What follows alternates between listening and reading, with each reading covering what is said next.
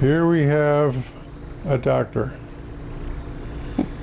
who travels around the world. How many visits have you had to Haiti? This was our 9th mission to Haiti. What were you hoping to accomplish? What did you accomplish? Which wish you'd done more? What's up? Actually, we had a lot of goals and we accomplished all of them because we have been there already 8 times since the 2010 devastating earthquake. We have been there since March of 2010, and some years twice a year, some years once a year, and we have been consistently following up in between our missions in terms of what else is going on. Besides the devastating earthquake, they had hurricane, they had pandemic of malaria, chikungunya was last year, and several different diseases that are preventable, born in the water and infected flies. When we went this year, there was not a huge issue besides the human-made trauma of the bordering Dominican Republic and the forced deportations that was chaotic, and they are now at the borders. Some of them don't even speak any Creole or French because they were born in Dominican Republic. They adapted to the countries or islands language, so they didn't have that. So this year we were ready to address those traumatic needs of the deportees, and as well as the ongoing issues with waste removal, garbage, trash in the streets, raising their consciousness about how important it is for them to be mindful of trash. You will go into a nice home and come out, or a nice university or a hospital, come out and be surrounded with a pile of trash. And it smells and it breeds a lot of diseases. So we started 3 years ago with this consciousness of Haiti is my home. Haiti c'est la caille moyenne. Haiti is my home. Not just my square 10 footage of my room and my apartment or my house, but every street, every corner of Haiti is my home. The idea they love everywhere that we go, but there is no follow through. So we thought perhaps to partner with some sign companies, banner companies, where we can have in Creole and French banners everywhere, on buses, on walls, on now they have Digicel everywhere, painted on walls, umbrellas. Digicel is like the new mafia taking over Haiti. So we thought to have a message for them to raise their consciousness and be mindful, because that will prevent a lot of their diseases. And then that would also uplift them, because managing and going on top of piles of garbage and then burning some of these styrofoams at midnight before the merchants go home, it releases such a toxic, dangerous air that 3 years ago one of our volunteer professionals almost had an asthma attack and collapsed because of those fumes. So they're not really knowledgeable of the impact of what the environment that they've created that is now in turn creating them. They have dehydration, they have apathy, they have learned helplessness. These are, of course, the challenges that we are working with. Of course, their strengths are they were the first country to abolish slavery and be independent. They are resilient in spite of all the colonizations.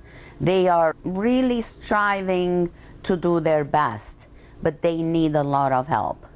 I think the dehydration is underscored or unnoticed, The signs of dehydration is the same as depression, almost similar, where a person has no energy, all they want to do is sleep or sit or lie down. They're not motivated to take on new challenges. They don't think they're capable of doing anything. They have low self-esteem. And they have apathy, like they don't have energy to do anything else. That's dehydration. These are signs of dehydration. So that needs to be looked at, how dehydration is impacting their learned helplessness, because they have resigned. Everyone we speak with, oh, nothing changes in Haiti. This is what we've been dealing with. And now the elections, we've seen so many protests with t-shirts saying 69. And when we ask local Haitians, what does 69 mean? Oh, we have so many candidates that we now give them a number. But who is 69? Oh, I have to look it up. I don't even know who 69 is. But he is one of the presidential candidates. Of course, rich enough to pay hundreds of thousands of people money, give them some soda and drinks, and buy them t-shirts so that they can run around in the middle of the heat and show that they're supporting candidate 69. Did you find that they weren't taking your advice, or they did take your advice? They were. We focused on emotional intelligence, how for them to release their emotions, because some of the learned helplessness comes from their inability or difficulty expressing their emotions. We've seen this since the earthquake, where people lost 20 members of their family and they were unable to express emotions, normal grieving emotions, crying and being sad. When we asked, how are you feeling? They would say, hallelujah, praise the Lord, Jesus Christ has helped me to survive. But we're not talking about your survival. You have 20 people who died in your family, including your 2 kids, your 2 children. Hallelujah, praise the Lord. Until we started crying. Our team was like desperate, how we couldn't hear anymore. 40 people in my family died. 28 people in my family died. 30 people. We really wanted to also role model that it's normal to cry and to express sadness. And if there are things they did or didn't do, feel some guilt of survivorship. After that, they began expressing their feelings, because they were told that because this is an earthquake, an act of God, if they were complaining about their negative feelings, that God would burn them in hell. So they have this religiosity that is on a very elementary level, where things are good or bad. You do this, you're good, you go to heaven. You do that, then you go to hell, wherever hell is. There's total detachment from their roots, the roots of Voodooism, spiritual deep connection, and resilience. They are having difficulty connecting with that. And we brought up their past, their generational lessons. Yes, there are some generational negative lessons too, which we told them, we showed them how to release that. We have a 7-step model for integrative healing, and it involves 7 steps that are all connected from different theoretical backgrounds. So the first step is assessment. It's like you're not feeling well, you wake up, oh, I think I have some fever. Do I have fever? I don't know. I'll take a thermometer and I see what level is my fever. Okay, it's over 100. That's something that I'm fighting with, some infection. I need some attention. Just like that emotional thermometer, checking in and finding out, okay, what is it that I'm feeling? Oh, I'm frustrated today. Okay, my frustration from 0 to 10, what level is it? Oh, it's about 8. Oh, okay, that's a little bit high. So I need to release it. I can't keep on going my day with this frustration already up to my head. So I try to, the next step is to release those feelings.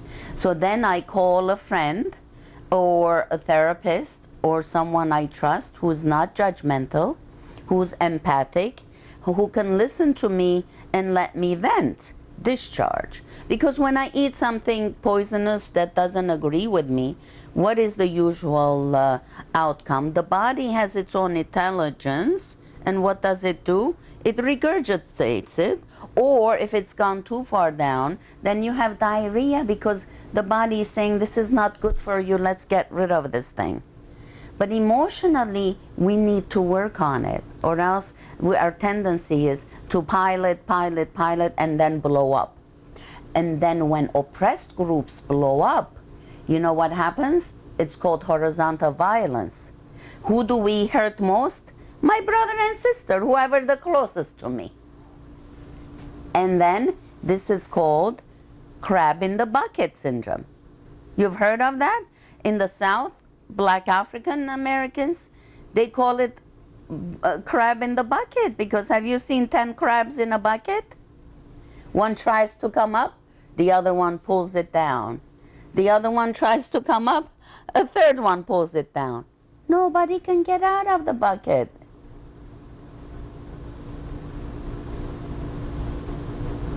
That's also called, in Sierra Leone, they call that pulling down syndrome.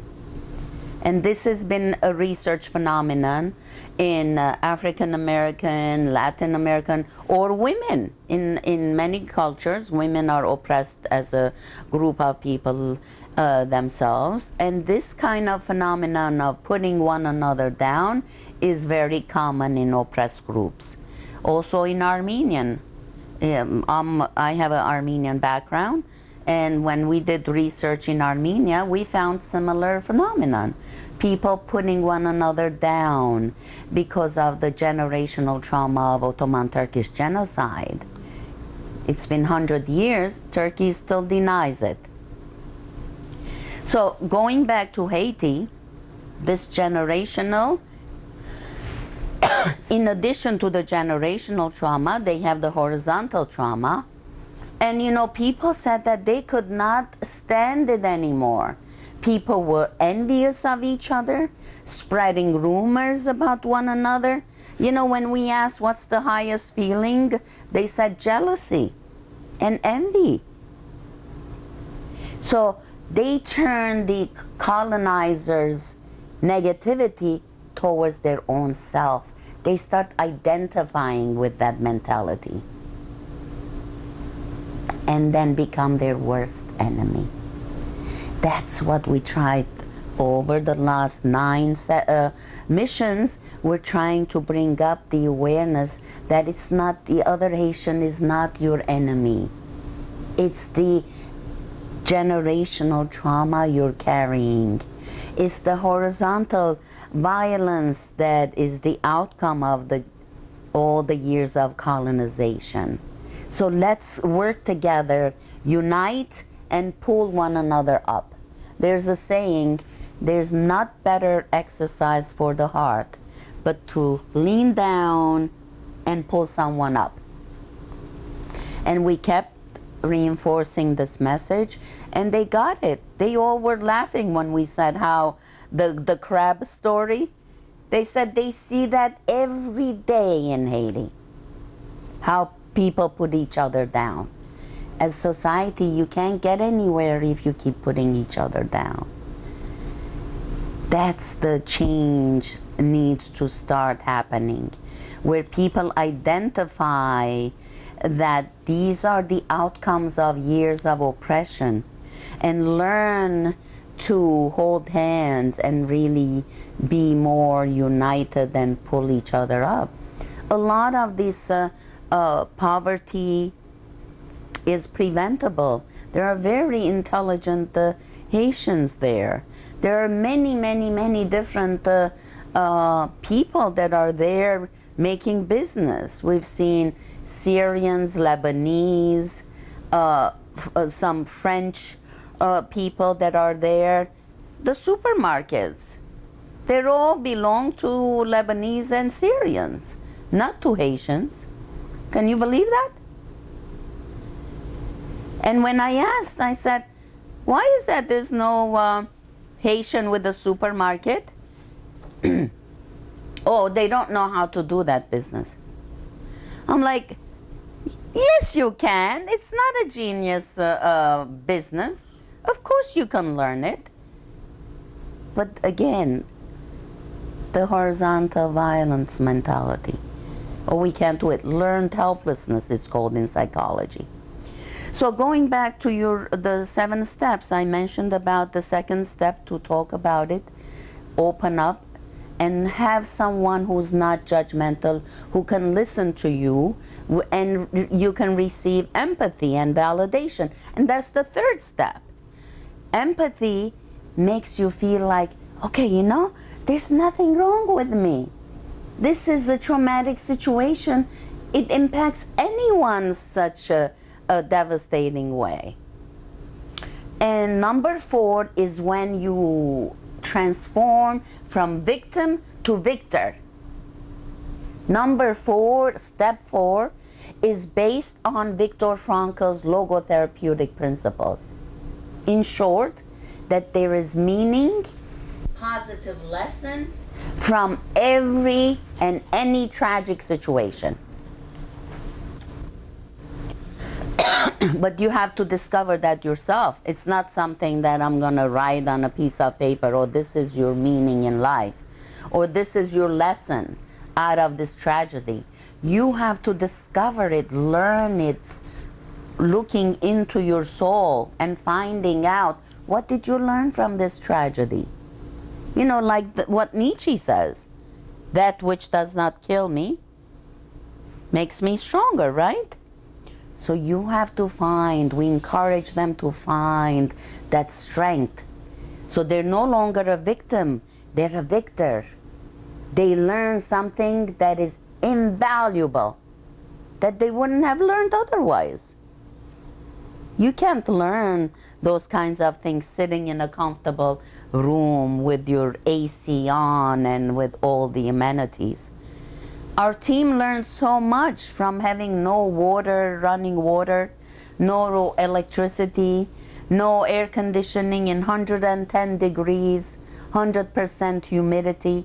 I mean, sweat's pouring down like just water.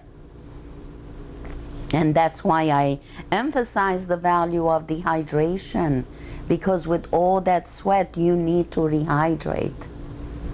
That's very important for their emotional and physical health. So after the lesson, number 4, we help them to empower themselves by knowledge.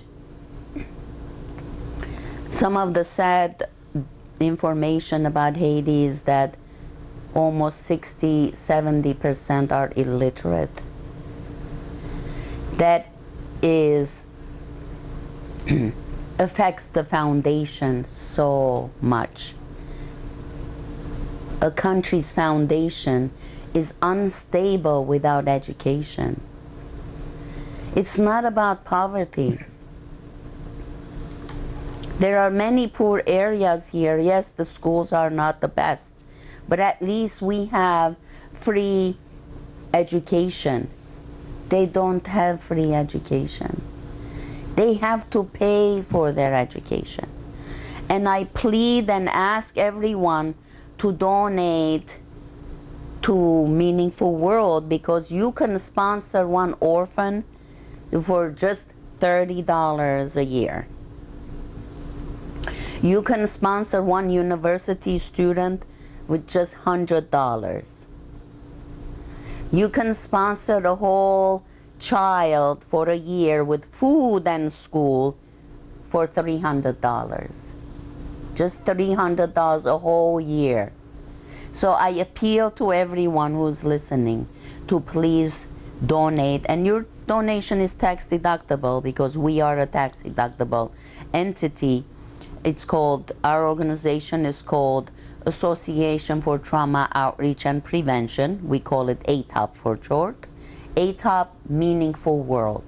We have been founded in 1990, and we have United Nations DPI affiliation, and we have worked in 45 countries. So your donation would get to the person individually.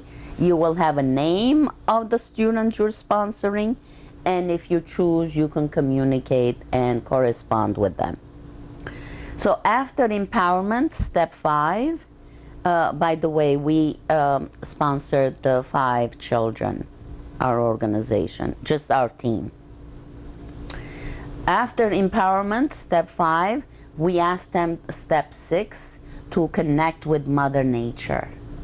The more distant we are from Mother Nature, the more we suffer. We can connect with the sunrise and sunset to be hopeful. We can sit under an almond tree.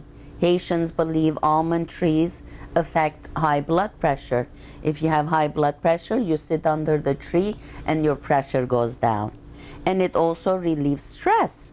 We sat under almond tree. They're very beautiful, and it is kind of relaxing and de-stressing.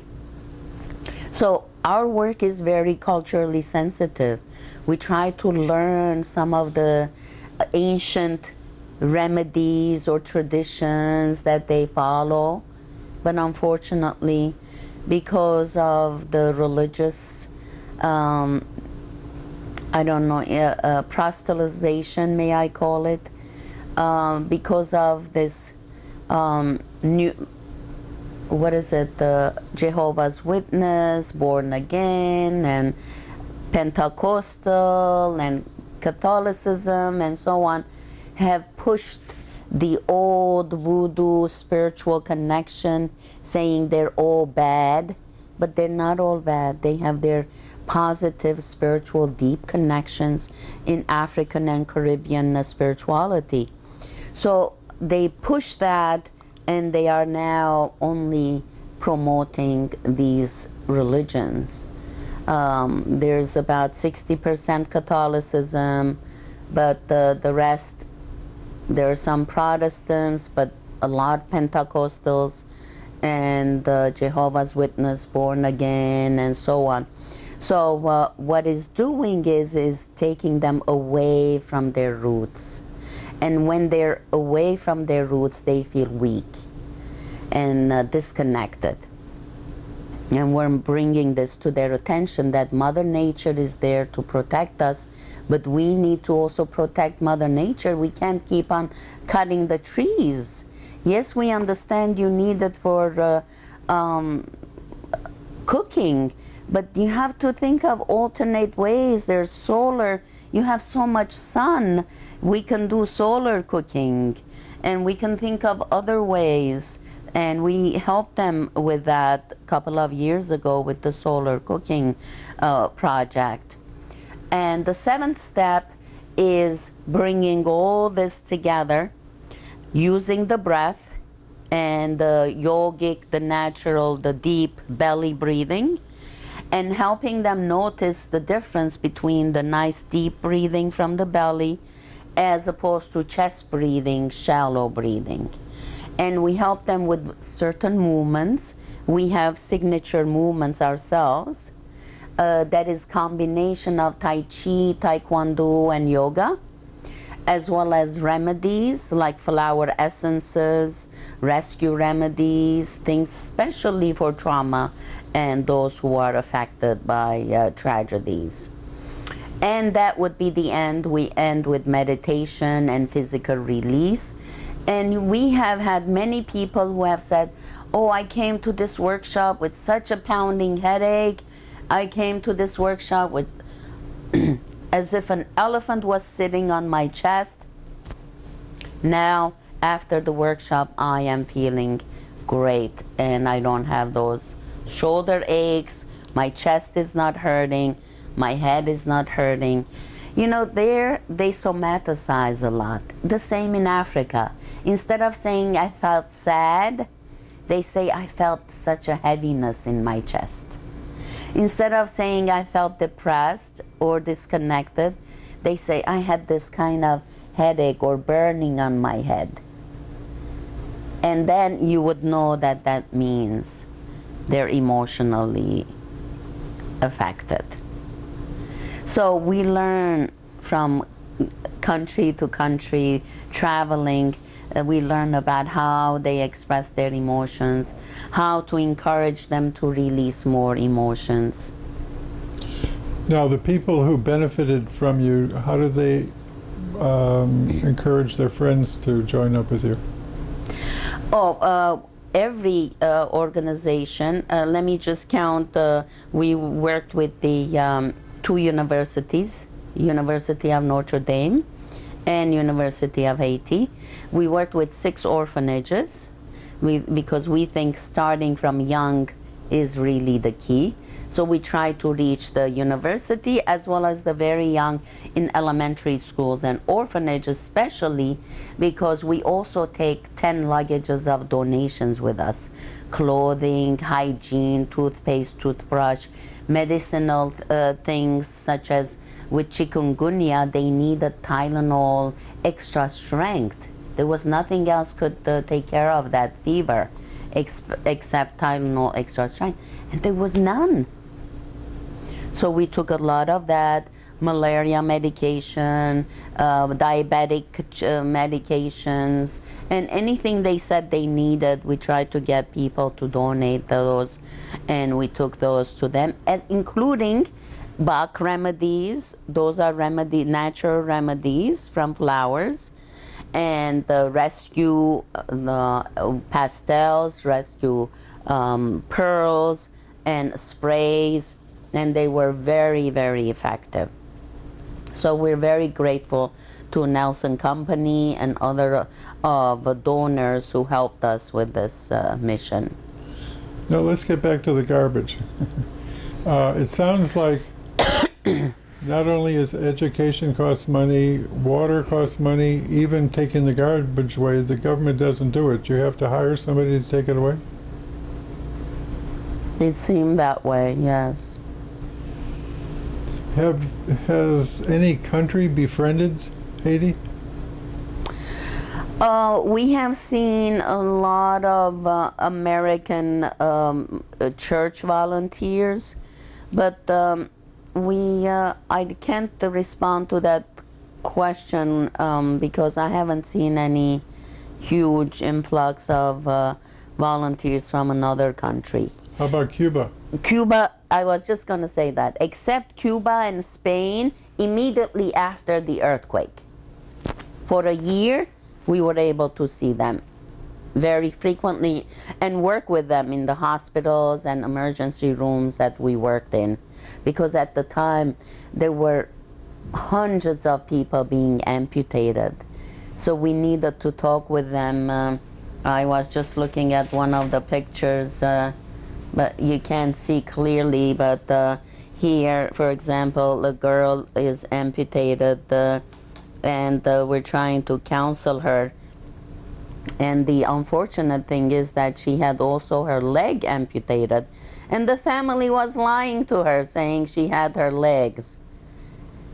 So our work was really, really challenging the first year, when, right after the earthquake. And we have seen a lot of Cuban and also people from Spain, in addition to the Americans. Yes. Not France. No, we didn't see people from, maybe Haiti is huge, not huge, but they may be working outside Port-au-Prince, in villages maybe, but we worked in Carrefour, Jacmel, and Port-au-Prince, and we didn't see them. Have you had any interaction with Haiti Progrès? Haiti The newspaper. The newspaper? No, we were able to be interviewed on 3 television. the national television of Haiti twice. They really liked our 7-step model, and they wanted the people to learn it through TV because they thought a lot more people tune in, and also TV Metropole, as well as 2 radio stations. But not the newspaper. We didn't have time. We were working from 6 a.m. to midnight.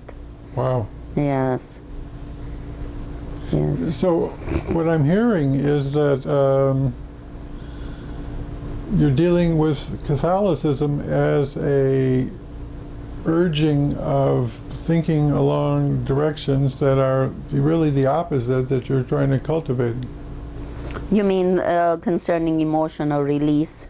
Yes, but fortunately, the University of Notre Dame has spearheaded by putting an international conference immediately after the earthquake that addresses mental health and spirituality.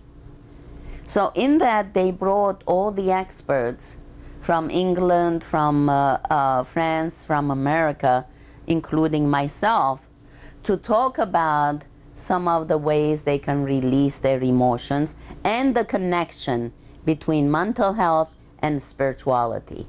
So they have been, thanks to Father Wismick, who studied here at Fordham University when I was teaching at Fordham, and he went back and he's now the vice president of the University of Notre Dame. So he has been able to bring that, to cultivate that link, that spirituality without mental health is not possible. We have to work together. So there is a little bit more dialogue thanks to him. But I'm sure that doesn't happen in the everyday Sunday kind of church atmosphere, I'm sure. Because what we were able to hear from people was that, oh, we can't express our feelings. God will be upset with us. We'll go to hell. And we started educating them, saying that God has given you all the capacity to think and see what's right for you and what's healthy for you. And the research shows that releasing is much healthier than keeping bottled up, because we don't have external drives and we don't have flash drives to put the emotions in a separate compartment. When we don't release it, it impacts every day of our life. So that's what we have to bring to their attention. How, and there's a saying, which is our motto, shared sorrow is half sorrow, while shared joy is double joy. Yes, it's interesting, isn't it? What was your teaching in Fordham about? Oh, I taught a lot of the psychology courses on master's level, social psych, abnormal psychology, health psychology. I designed that course. That was very, very nice course. And now I teach at the Teachers College, Columbia University, in the Mind-Body Spirituality Institute. Okay, well, let's talk more about mind-body spirituality. If our listeners wanted to develop some shortcuts to just get as much spirituality going as they can, what's the way to do it? Oh, we would encourage your listeners to come to our Meaningfulworld website. We have programs, monthly programs, where they can learn the 7-step model. They can learn it for their own practice. They can teach it to other people. Like when we shared it in Haiti, each person was asked to share with 3 other people. And they were asked to tell those 3 people to share it with 3 other people. Because we were able to reach personally close to 1,000 people. But you know, there's 10 million people in Haiti. So we told those, 1,000 people to tell 3 people each. So that would be 4,000. And we asked those 3 people to tell to 3 others. So this way, not only they learn better when they share it with someone else, it gets reintegrated, it gets assimilated, because you need to practice something, repeat something 5, 6 times before you really can say you know it in certainty. So those who are interested, they can come to our monthly programs, and after they're once a month, last Saturday of each month, and after 6 of those sessions, they graduate and they become Meaningful World ambassadors. They graduate at the UN, United Nations, and they become meaningful ambassadors, and they can travel to different countries with us to help with these humanitarian missions. This is the course that I teach at Columbia University. Forgiveness, how to forgive ourselves, as well as our parents, our siblings, people who have caused us harm. It's a wonderful course. And these are based on our missions around the world, mass trauma and emotional healing around the world. And there are 2 volumes. The first volume focuses on natural disasters, and the second volume focuses on human-made disasters. Those are such as wars and terrorism, genocide, etc. Those that we can avoid.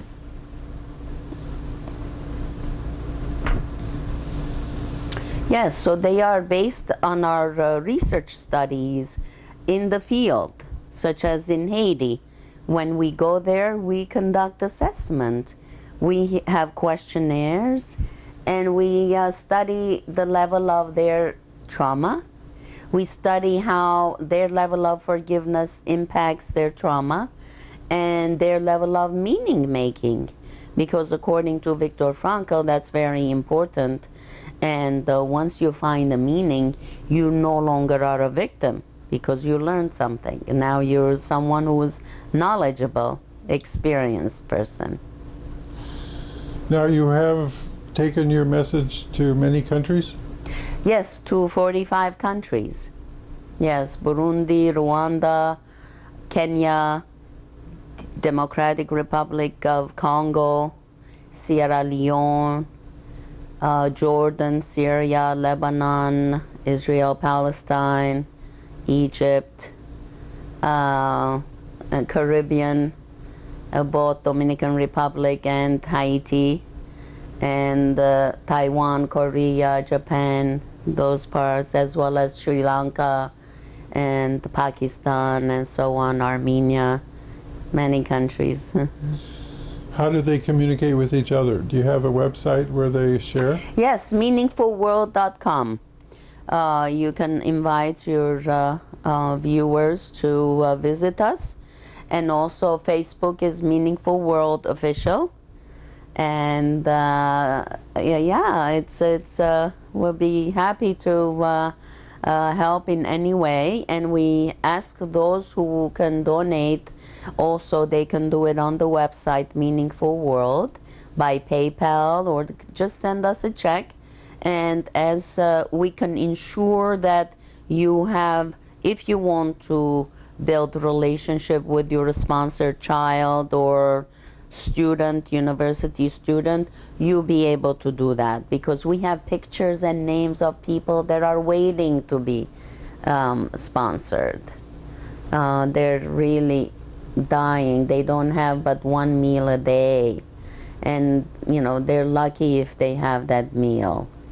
They're emaciated. There's no water. It's very, very dire if you could support. Of course, that's not going to help everything, but at least we'll give them the daily support so that they can continue their school. Without education, there's no infrastructure, and there's no hope for future without education. The United Nations has been helpful? It's a good question. We have seen United Nations vehicles, nice vehicles, but we haven't had very much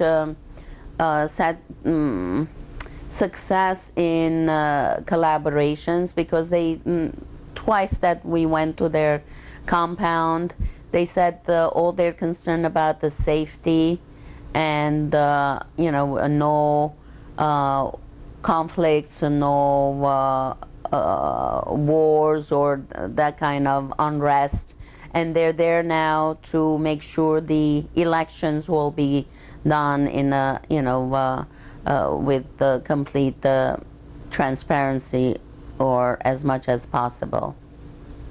Do you see some candidates that you favor? Actually, no. When we tried to do the research, there were so many candidates, and as I said, instead of offering what they stand for and their values or their goals, they were just trying to bribe the public by buying them T-shirts and giving them a couple of drinks so that they would protest for them and burn tires and bring attention to that candidate. But I said, what is the name? What do they stand for? There was lack of information on that. What about a program where a country invites Haitians to come to their country to get the benefits of their education, their culture, their health? Is that going on among Haiti and other countries? You mean inviting Haitians to get educated in America and send them back? There are a lot of Haitians here, big community in Brooklyn as well as in the Bronx. But from what I experience, when they come to get educated, many of them stay here. They don't go back because their learned helplessness is huge. They think nothing will change in Haiti. And if everybody thinks that, nothing will change in Haiti. That's what we're working on, to change their attitude about how much they can do. How do you compare Haiti with these other countries you visited? It's among the poorest? Yes, it was kind of close to DR Congo. How would you contrast the things you had to do in Congo? There was the same benefits of the 7 steps? Yes, the same, exactly same things. They were also somaticizing a lot in Congo. You know, the burning on the head and the heaviness in the chest and a lot of shoulder pain and belly aches. And after the workshop, all their pains went away. They were smiling more. And when they entered the workshop, it's like someone just died, kind of very somber, very depressed facial gestures and affect.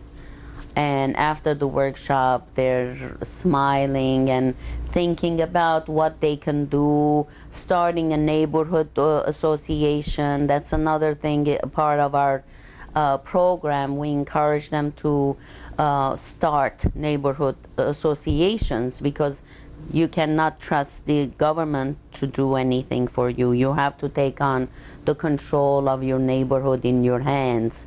So first they started it for security reasons, and we begged them and we encouraged them to include environmental issues, trash removal, safety, education, having once a month programs, inviting somebody who knows something from, for example, planting. Their soil is very, very rich, and they can plant kale. Kale grows like crazy, which a lot of Africans are able to benefit from. You know, kale and rice and beans, you're set. It's a very healthy and very nutritious meal. But then Haiti, just like Congo, they rely on frying a lot. Frying, even breakfast is those round doughs that are fried. And that's not healthy for the body. So we start educating them about nutrition, about different things they can plant and eat from their own environment. So it's about, as our motto says, when one helps another, both become stronger. So we went there, but we also became stronger in the process. Well, let's talk about the Peace and Forgiveness Gardens. We started in Africa and then Middle East, starting to establish these, it doesn't have to be big, spaces for people to come reflect and be mindful that there are other options to revenge, hatred, anger. There are other options such as gratitude, empathy, understanding, love, and forgiveness. So we have a whole description how to start one forgiveness garden, what kind of herbs need to be there, especially sage and, for example, rosemary, lavender, roses also open up the heart and give us a good feeling. And so we started it last year in Haiti, but what we did is we gave them the seeds of rosemary and everything that I mentioned, lavender and so on. We went this year, nothing was done. They said apparently they planted it, but nothing worked. So this time we went to their nursery and we bought the plants. And we actually stood there, we dug with the gardener together in the University of Haiti, and we planted them, the same in other places as well. So we're eager now. In a month I'm going to follow up and find out, ask them to send a photo of how the plants are doing. And we also went to the university's art department to tell the chair to do a competition for a sign, nice sign saying Peace and Forgiveness Garden in Creole, so that people will come and they will have benches. They have some now. They will sit and meditate or talk about their feelings. There will be an area where they would come and rejuvenate themselves and reconfirm their commitment to peace through forgiveness and meaning making.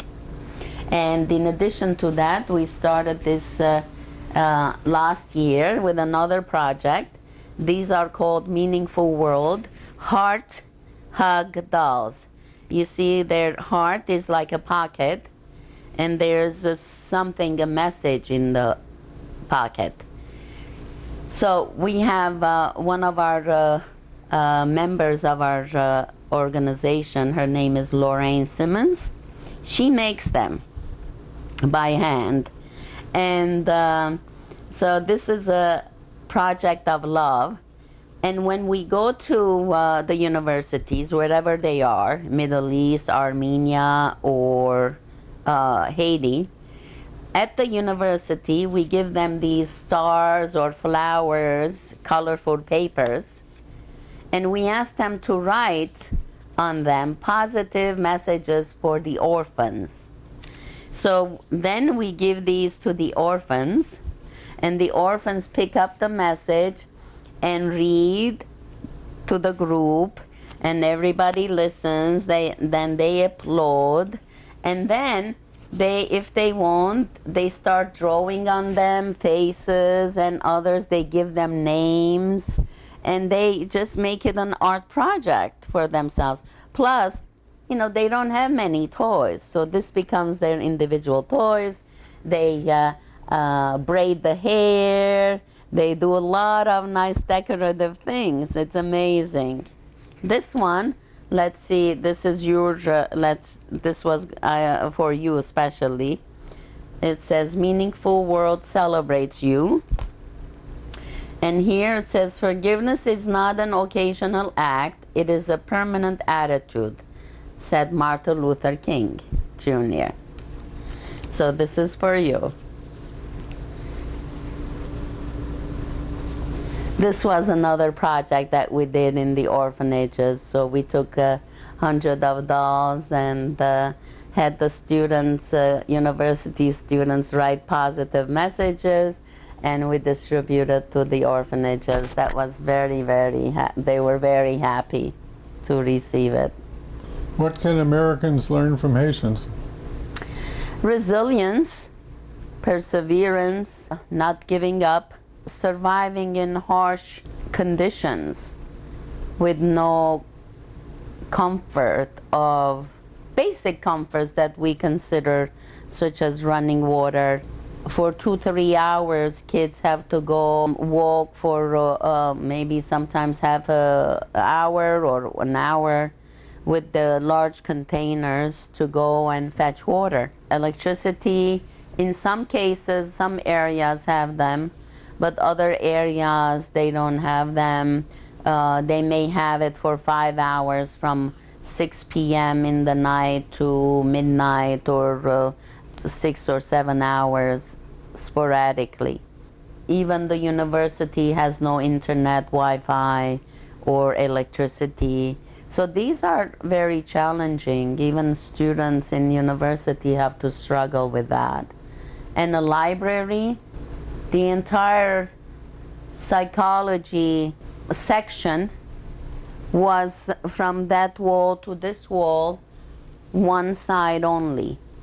That was a whole psychology books related to psychology in the library of the university. And when we taught them last year about research methodology, how important it is for them to research and publish, we were told that they have no journals, no professional journals published in Haiti. Do they have access to the journals around the world? Do they have them in the library? Since they don't have consistent electricity, and you depend on Wi-Fi to be able to access the international library, so it is limited, if anything. Many challenges, but beautiful people with generous hearts and hospitality. Even if they have nothing, they would like to make tea for you, collect from the herbs, rosemary and sage from the outside garden, and they like to try to offer something. Rosemary is good for protection, protecting from bacteria, especially change of season.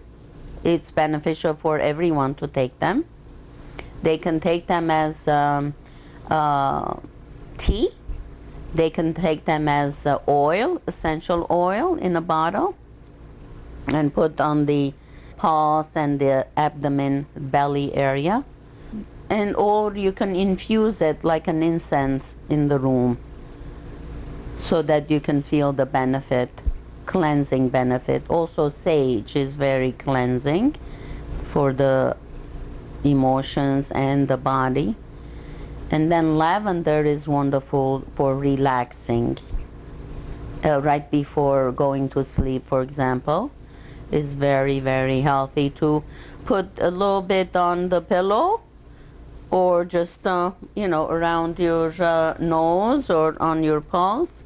And it really helps you sleep in a very calm and, relaxing way. People can visit the website. That's the way to stay in touch. Meaningfulworld.com on the website, and we have a space, it says donate, and you can say you want to donate for Haiti for sponsoring an orphan, $25, or sponsoring the orphan the whole year for school and food, that's $300. What school happens then if you do the 300? Excuse me? What schooling happens if you pay the 300? Oh, they have private schools in the neighborhood. Yes. The tuition is about 200 something just for the school, but with the food and uniform and the books together are 300 for the whole year. So, and we will be able to provide you with the student's picture and name if you wish to continue collaborating with them. And also the university students is $125 for the whole 4 years. So if you want to sponsor a young man or woman to go to school for 4 years in the University of Haiti, which is a public government subsidized school, that is very inexpensive for us, of course, with dollars. And you would help a student, a college student, to be able to go to school. It's an amazing opportunity. You would be, what's $125? Nothing for an American. We feel Haiti is our home, away from home. We feel so much for the people, for their good intentions, for their hospitality and resilience, for their love of humanity. They need support to guide them and empower them, for them to learn that as their ancestors had that ability to abolish slavery, they have that ability too. They just need to cultivate it. It's like the diamond. It's there, but there's so much gook and dirt around it, you can't see the shine. But we see their shine. And we're trying to clean all that so that they can see the shine, their own shine, and they can feel empowered and hopeful. Yes. The diamond is there, but they need to also be hopeful to go through the patience of cleaning and, waiting for the shine, the brilliance to appear.